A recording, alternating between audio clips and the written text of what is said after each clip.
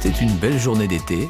Comme tous les week-ends, j'étais parti de bon matin effectuer mon jogging et profiter des premiers rayons du soleil. Je peaufinais activement mon entraînement car dans quelques jours se profilaient les championnats d'athlétisme. Ce que j'ignorais à cet instant, c'est que cette journée ne serait décidément pas comme les autres. J'avais déjà parcouru plusieurs kilomètres et je m'apprêtais à rentrer chez moi quand soudain, une nuée d'oiseaux s'envola devant mes yeux. Des milliers et des milliers de pigeons s'échappaient à tire-d'aile et formaient un immense nuage virevoltant et fuyant vers le ciel. Interloqué par cet étrange manège, je m'approchais d'un homme qui observait ce magnifique ballet d'un air connaisseur. Et pour la première fois de ma vie, j'entendis prononcer le mot colombophilie. Colombophilie, art d'élever et de dresser des pigeons voyageurs pour la course.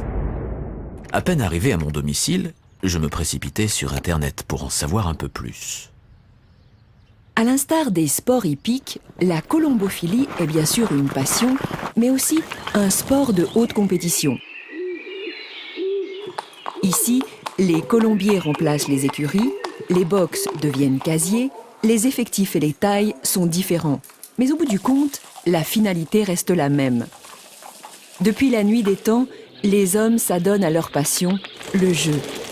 Jouer pour gagner, gagner pour jouer, jouer pour se mesurer, jouer pour se rassurer, jouer pour s'amuser. Finalement, tout cela n'a pas beaucoup d'importance. Ce qui compte, c'est la passion et la manière dont chacun va vivre cette passion. Chez Pierre, cette passion se partage en famille et chacun tient son rôle très au sérieux. Chaque matin, Pierre fait voler ses pigeons. Comme pour l'entraînement des chevaux ou des sportifs, il s'agit d'un petit décrassage journalier qui permet de réchauffer les muscles et d'éliminer les toxines. Pendant ce temps, il procède aux soins journaliers. Le nettoyage est fait consciencieusement, la boisson distribuée ainsi que les différents relevés. Hydrométrie et température, très importante pour la bonne santé de ces pigeons. Vient ensuite la préparation des repas, qui peut aller de la simple distribution de graines aux mélanges les plus savants. Diététique, équilibre nutritionnel, compléments alimentaires, chacun dans ce domaine a sa méthode, ses petits secrets pour préparer au mieux les futurs champions. Tout est question de subtilité et d'expérience.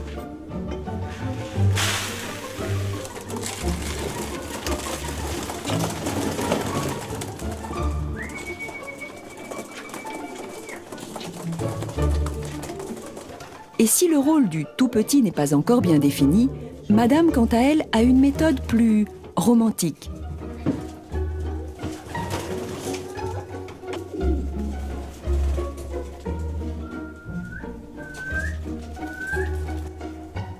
Quant aux plus anciens, on peut supposer que la pratique de la colombophilie a les vertus d'un élixir de jouvence.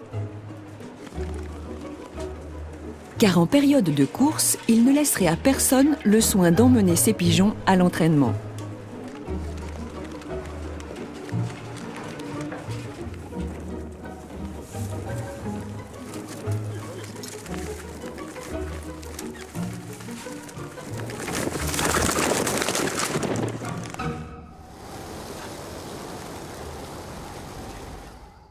Les règles de la colombophilie sont globalement assez simples et laissent à chacun le soin d'apporter sa propre expérience. Comme pour les chevaux de course, la préparation aux différentes compétitions est un exercice quotidien.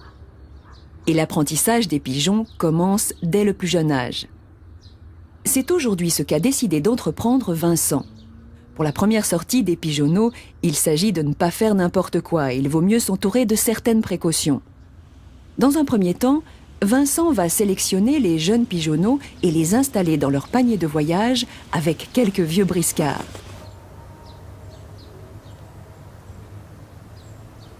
Ensuite, il emmène tout ce petit monde à seulement quelques kilomètres du colombier.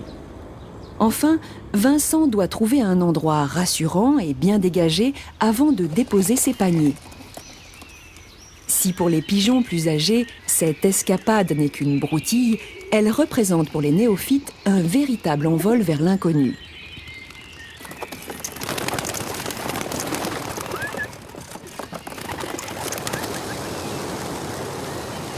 Pierre, quant à lui, peaufine la préparation de ses champions. Au programme aujourd'hui, entraînement longue distance. À quelques jours d'une course importante, il faut renforcer la résistance physique et musculaire.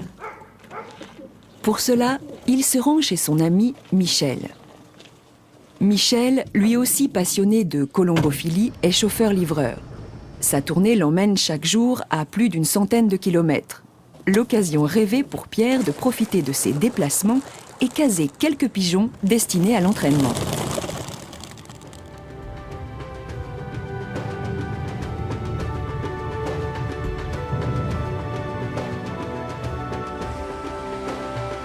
La date de la course approche.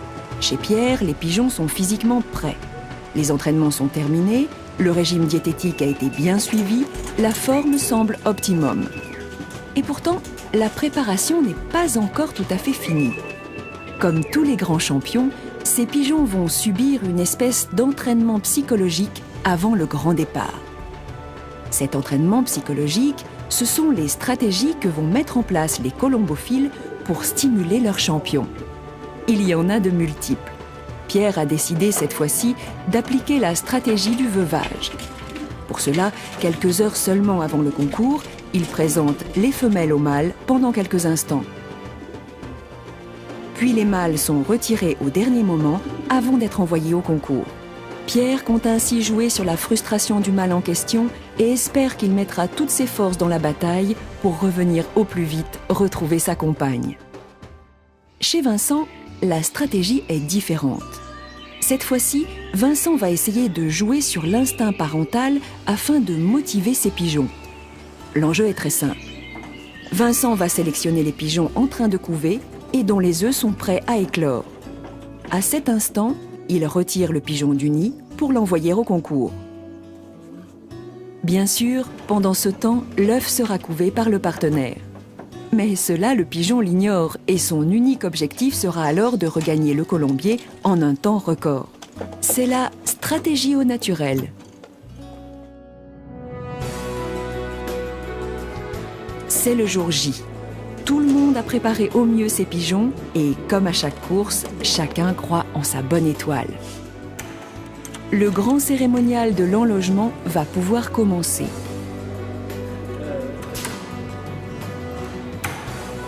Chaque colombophile rejoint alors sa société pour les procédures de départ. C'est un moment important.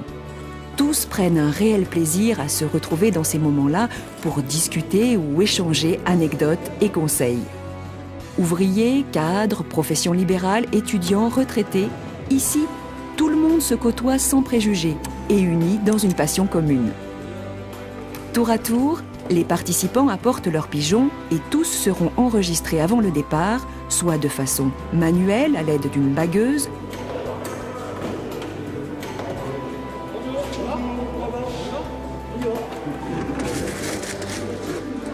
soit de façon électronique à l'aide d'une petite puce intégrée dans une bague. En tout état de cause, à partir de cet instant, le colombophile et son pigeon seront définitivement séparés et plus rien ne pourra intervenir avant le départ.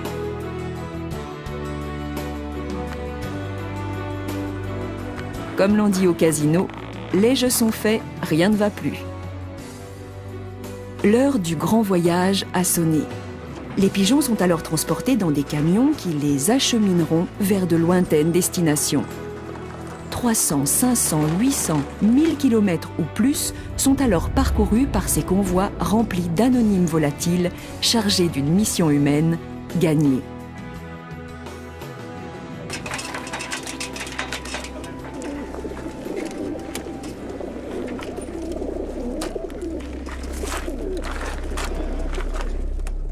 Bonjour Philippe. Bonjour José, comment vas-tu? Ça va?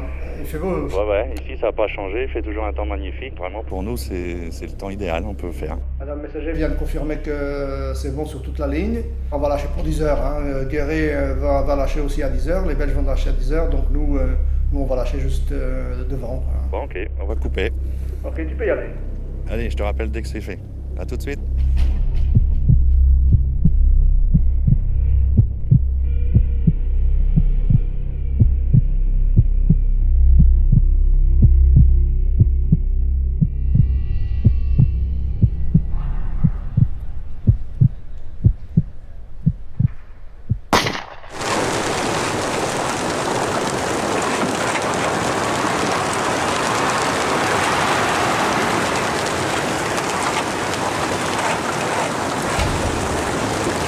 Le top départ est donné. L'instant est magique, unique, palpitant. Toutes les énergies sont libérées instantanément. Le départ est un moment capital pour les courses de pigeons.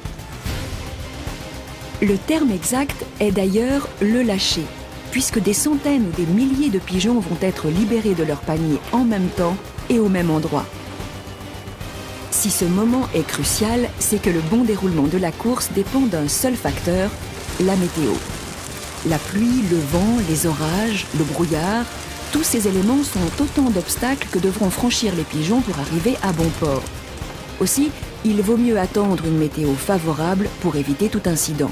L'objectif pour le pigeon est alors très simple. Rentrer au plus vite à son colombier qui, selon les courses, peut se trouver à plus de 1000 km. Le premier arrivé sera déclaré vainqueur. Cette fois-ci, ma stupéfaction était à son comble. Pour nous les athlètes, tout semble tellement plus facile comparé à ce que l'on demande à ce petit pigeon. Je décidai de poursuivre mes recherches pour tenter d'élucider ce fameux mystère. Comment cet animal fait-il pour se situer au moment du lâcher, s'orienter, parcourir des centaines de kilomètres dans l'inconnu et arriver pile au-dessus de son colombier après seulement quelques heures de course?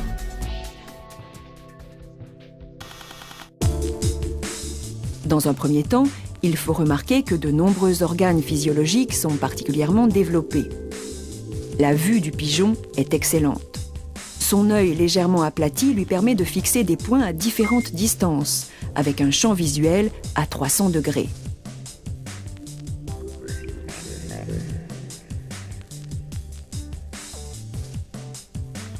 L'odorat est aussi très développé.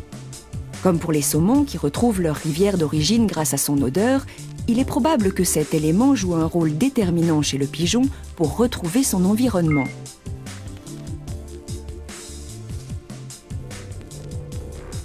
L'ouïe est également un des éléments de réponse. La finesse de son organe auditif lui permet de se situer dans certaines conditions, comme par exemple le bruit des vagues sur l'océan qui sert de guide pour longer une côte. Le pigeon est aussi doté d'une très grande quantité de cellules nerveuses. On sait que le nombre de cellules nerveuses est déterminant pour le traitement de l'information et qu'il conditionne la mémoire, l'analyse et la prise de décision. Enfin, et c'est probablement une des spécificités les plus remarquables du pigeon, des chercheurs ont découvert que les fibres nerveuses de son cerveau sont truffées des mêmes particules qui composent les aiguilles des boussoles. Avec cette boussole interne, il devient alors évident que les champs magnétiques jouent un rôle prépondérant dans l'orientation du pigeon. Malgré toutes ces qualités et capacités extraordinaires, les dangers qui guettent les pigeons voyageurs durant les courses sont nombreux. Une ligne électrique mal perçue, une distance mal évaluée, un rapace aux aguets profitant d'un moment d'inattention, et c'est l'accident qui se profile. Mais le pire ennemi du pigeon voyageur est ailleurs. La météo. Fort heureusement, la plupart du temps, ces courses se déroulent sans incident et les pigeons arrivent à bon port. Leurs performances sont le plus souvent remarquables et il n'est pas rare que sur les distances parcourues, les vitesses moyennes approchent les 120 km/h. Leur morphologie est une merveille d'adaptation, proposant un compromis idéal entre puissance, légèreté et aérodynamisme.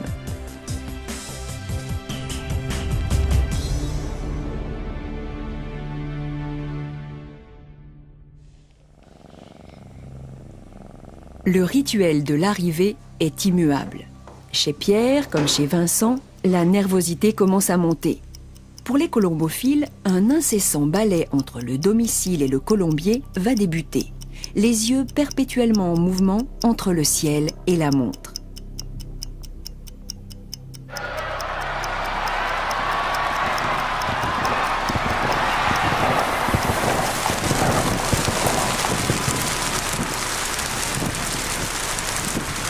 Une fois entrés dans le colombier, l'heure exacte d'arrivée sera enregistrée, ce qui servira de référence lors du dépouillement général. pour Vincent, cet enregistrement se fait automatiquement grâce à une puce électronique. Ce n'est pas encore le cas pour Pierre. Dès que son pigeon sera à l'intérieur, il devra se précipiter pour l'attraper et enregistrer l'heure avec le constateur manuel. Pour la victoire, les jeux sont faits, ils connaîtront bientôt les résultats lors du dépouillement. Pierre, Vincent et tous leurs amis colombophiles se retrouvent maintenant au siège colombophile pour le dépouillement. C'est surtout un moment de convivialité et d'amitié qui réunit ces passionnés. Lors du dépouillement, l'heure d'arrivée de chaque pigeon est constatée officiellement. Pierre utilise la méthode traditionnelle, à savoir le constateur manuel. Dès son arrivée au siège colombophile, il remet directement le constateur au régleur qui se chargera de récolter les données. Alors 29,45. Vincent ayant opté pour la constatation électronique, un simple bip enregistre toutes les données instantanément. La constatation électronique a révolutionné en quelques années le monde de la colombophilie. Par l'enregistrement automatique des heures d'arrivée, l'électronique a libéré le colombophile de longues et fastidieuses contraintes. Mais surtout, par la simplification des procédures, elle a permis au plus grand nombre, et notamment aux handicapés, d'accéder à cette activité. Cette fois-ci, c'est Pierre qui a gagné, juste devant son ami Vincent. Pierre ressent une joie profonde et un réel sentiment de fierté. Pierre se souvient. Le pigeon qui vient de remporter le concours était encore, il y a seulement quelques mois, en bien piètre condition. Blessé à la patte, se nourrissant peu, ses chances de survie étaient bien minces. Pour des raisons personnelles, Pierre s'était promis de sauver ce pigeon et avait mis toute son énergie et son expérience afin de réaliser sa promesse. Après de longues semaines de convalescence, de soins et d'entraînement, Pierre avait gagné son pari et transformé ce malheureux pigeon en champion.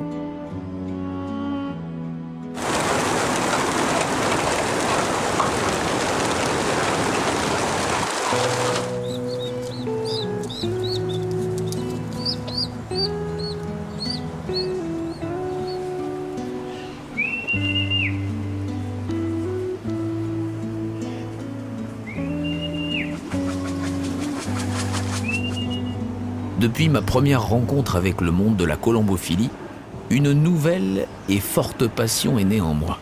J'ai étudié tout ce petit monde, je me suis renseigné auprès de la fédération et j'ai rencontré de très nombreux amateurs qui ont su me guider et me transmettre leur passion. J'ai alors commencé peu à peu à élever quelques pigeons, participer à quelques courses. Et maintenant, j'ai une petite quarantaine de pigeons. Mais ce dont je suis le plus fier, c'est qu'aujourd'hui je ne suis plus seul à pratiquer et j'ai la chance de partager cette passion avec l'être qui m'est le plus cher au monde, mon fils.